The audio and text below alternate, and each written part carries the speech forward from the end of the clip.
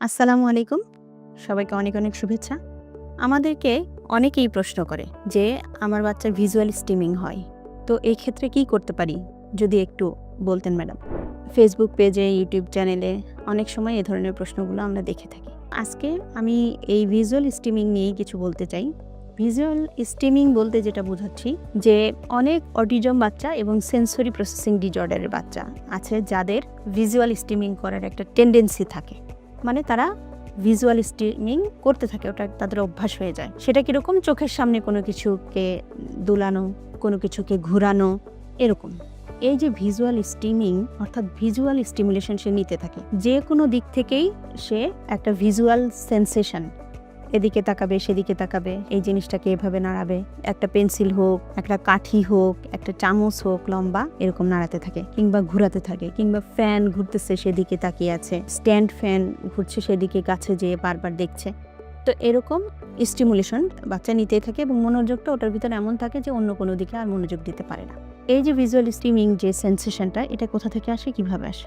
এটা হচ্ছে যে আমাদের যে ভিজুয়াল সেন্সরি সিস্টেম আছে, সেই সিস্টেমে প্রথমে যে ভিজুয়াল ইনফরমেশনটা যখন আমাদের ব্রেনের ভিজুয়াল কর্টেক্সে যায়, তারপর সেটা সেখানে প্রসেস হওয়ার পরে সেই অনুযায়ী একটা আউটপুট আসে। তো যখন এই সেন্সরি সিস্টেমটাতে সমস্যা থাকে, অর্থাৎ এটা হাইপোসেন্সিটিভ হতে পারে, হাইপার সেন্সিটিভ হতে পারে, এই ধরনের যদি কোনো সমস্যা থাকে তাহলে সেক্ষেত্রে এই ভিজুয়াল স্টিমিংটা হয়ে থাকে।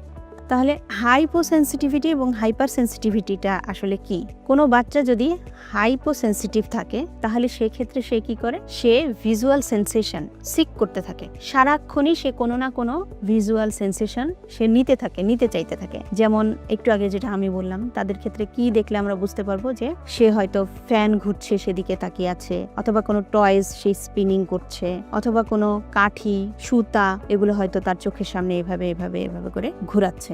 মানে সে দেখতে থাকে যে এটা কিরকম ভাবে মুভ করতেছে। সে এই যে দেখতে থাকাটা, এইটার প্রতি যে সে পুরো অ্যাটেনশনটা দিচ্ছে, তাহলে সেইভাবে হচ্ছে তার এটা ভিজুয়াল সিকার হিসেবে, যে সারাক্ষণ তার ওটা দেখার অভ্যাস, এটা হচ্ছে সে হাইপারসেনসিটিভ, সেই জন্য সে দেখতেই থাকে। আর যারা ভিজুয়ালি হাইপার সেন্সিটিভ, যারা, তাদের যেটা হচ্ছে যে তারা কোনো ধরনের ব্রাইট লাইট বা কোনো কিছুকে অ্যাভয়েড করতে চায়। যেমন ধরেন বিয়ে বাড়িতে তাকে নিয়ে গেলেন, সেখানে নানান ধরনের ব্লিঙ্কিং লাইট, একদম ব্রাইট লাইট, পার্কলিং লাইট, এই ধরনের লাইটগুলো যে থাকে চারপাশে, সেগুলো সে দেখতে চায় না। সে সেখান থেকে দূরে সরে যাওয়ার চেষ্টা করে, চোখ বন্ধ করে ফেলে কিংবা আই ব্লিঙ্কিং করে। তার ভিতরে একটা অস্বস্তি হয়, সে ওই লাইটটাকে অ্যাভয়েড করতে চায়। কোনো শপিং মলে নিয়ে গেলেন, সেখানে অনেক ব্রাইট লাইট শপের সামনে, সেটাকে সে অ্যাভয়েড করতে চায়। তো এই ধরনের যত ব্রাইট লাইট আছে সেগুলোকে সে অ্যাভয়েড করতে চায়। তো এটা হচ্ছে যে হাইপার সেন্সিটিভ, সে অ্যাভয়েড করতে চায়। তো এই যে দুই ধরনের বাচ্চা, তাদের ক্ষেত্রে এই যে ভিজুয়াল স্টিমিংটা হচ্ছে, কিভাবে আমরা এটাকে কমিয়ে আনতে পারি?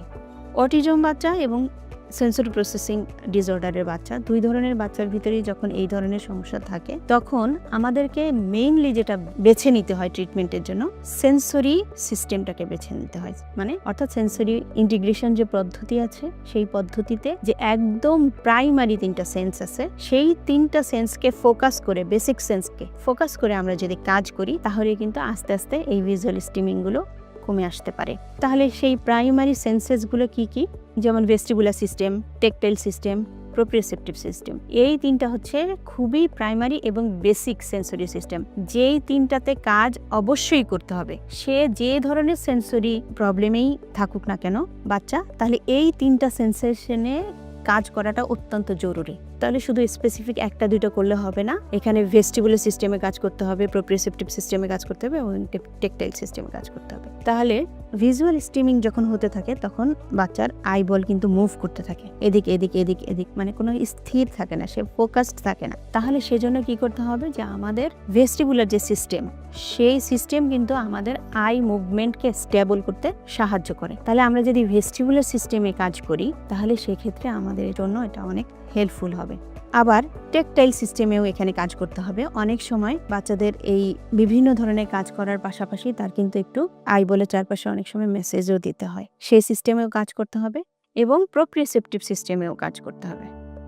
আমি 2-3টা একবারই বেসিক কাজ আপনাদের বলি, যেগুলো করলে আস্তে আস্তে হয়তো তার এই ভিজুয়াল স্টিমিংগুলো কমে আসতে থাকবে।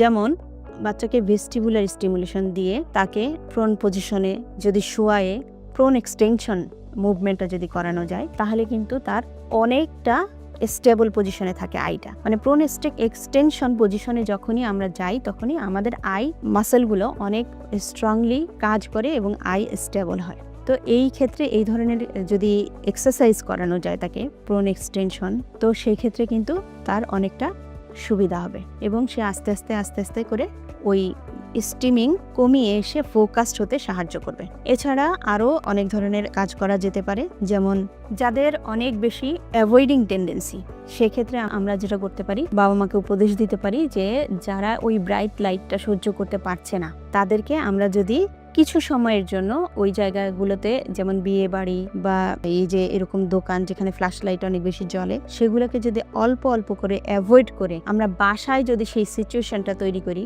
অল্প অল্প আলো তার সামনে উপস্থাপন করে ধীরে ধীরে তাকে যদি ডিসেন্সিটাইজেশন সিস্টেমের মাধ্যমে তাকে আনি, তাহলে তার কিন্তু সেই অ্যাভয়েডিং টেন্ডেন্সিটা কমে যাবে। আবার যারা সিকার তাদের ক্ষেত্রেও তারা যেটা সিক করছে সেখানে যদি নানান ধরনের আমরা অ্যাক্টিভিটি প্রয়োগ করি, যেমন এখানে ভেস্টিবুলার অ্যাক্টিভিটি দিতে হবে, প্রোপ্রিওসেপটিভ অ্যাক্টিভিটি দিতে হবে, টেকটাইল অ্যাক্টিভিটি দিতে হবে, প্লাস তার সাথে ফাইন মোটর অ্যাক্টিভিটি দিতে হবে। তাহলে এই সমস্ত অ্যাক্টিভিটিতে যখন তাকে আস্তে আস্তে ইনভলভ করা হবে, সে যখন হাতের কাজ করবে ফোকাসড হয়ে এবং অ্যাটেনশন যখন তার সেখানে বাড়বে, তাহলে সেই ক্ষেত্রে আস্তে আস্তে কিন্তু তার ভিজুয়াল স্টিমিংটাও কমে যাবে। তো এই ধরনের নানান রকমের কাজ আছে, সবগুলো তো একটা ভিডিওতে পুরোটা বলা সম্ভব না, কিন্তু এগুলো সেন্সরি স্টিমুলেশনের মাধ্যমে আস্তে আস্তে কমানো যায়। এটা ছিল মূল ইনফরমেশন। আপনারা যদি বাসায় এটাকে কোনোভাবে বুঝতে পারছেন না, তাহলে অবশ্যই আপনারা যে কোনো একজন অকুপেশনাল থেরাপিস্টের সাহায্য নিতে পারেন। আপনাদের আশেপাশে যারা আছে তাদের হেল্প নিয়ে অ্যাসেসমেন্ট করিয়ে আপনার বাচ্চার জন্য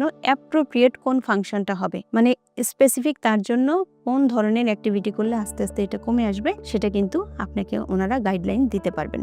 তো আজকে এই পর্যন্তই। সবাই ভালো থাকবেন, আবারও দেখা হবে অন্য কোনো ভিডিওতে। সবাইকে অনেক অনেক ধন্যবাদ।